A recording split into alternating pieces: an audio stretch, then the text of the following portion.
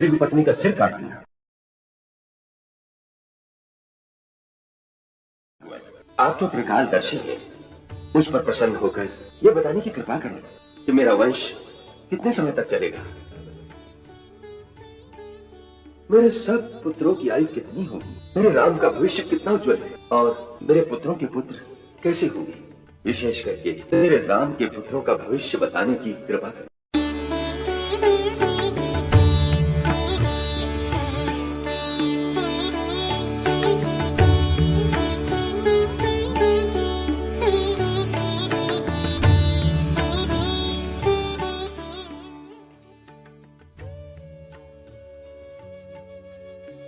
राजन, आपके सारे पुत्र दीर्घजीवी हैं, सबके घर उत्तम संतान होगी, जिसमें कई नए नए राजवंश स्थापित होंगे।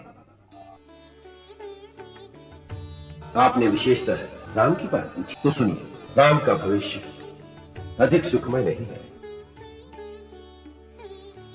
वो अपनी युवावस्था में ही राज सुख से वंचित होकर पत्नी सहित 14 वर्ष वन में रहे। जब राज्य सुख पाएंगे तो पत्नी सुख से वंचित हो जाएंगे। पति पत्नी दोनों एक दूसरे की विरह में ही अपना अपना जीवन व्यतीत कर देंगे। उनके 2 पुत्र भी होंगे जो बड़े पराक्रमी होंगे। दोनों नए राज्य स्थापित करेंगे। राम उनका अभिषेक अयोध्या से बाहर करेंगे, अयोध्या में नहीं। क्या मुनिवर, राम तो मुझे सबसे अधिक प्रिय है, मेरे उसी पुत्र के भाग्य में इतना दुख क्यों?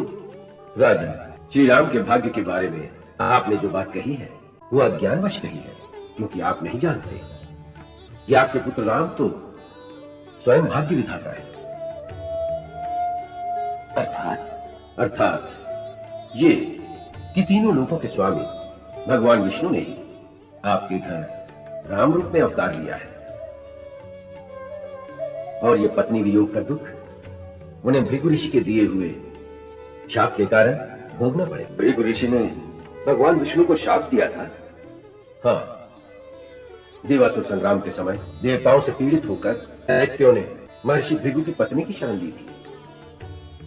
इस पर कुपित होकर भगवान विष्णु ने अपने चक्र से भृगु पत्नी का सिर काट दिया।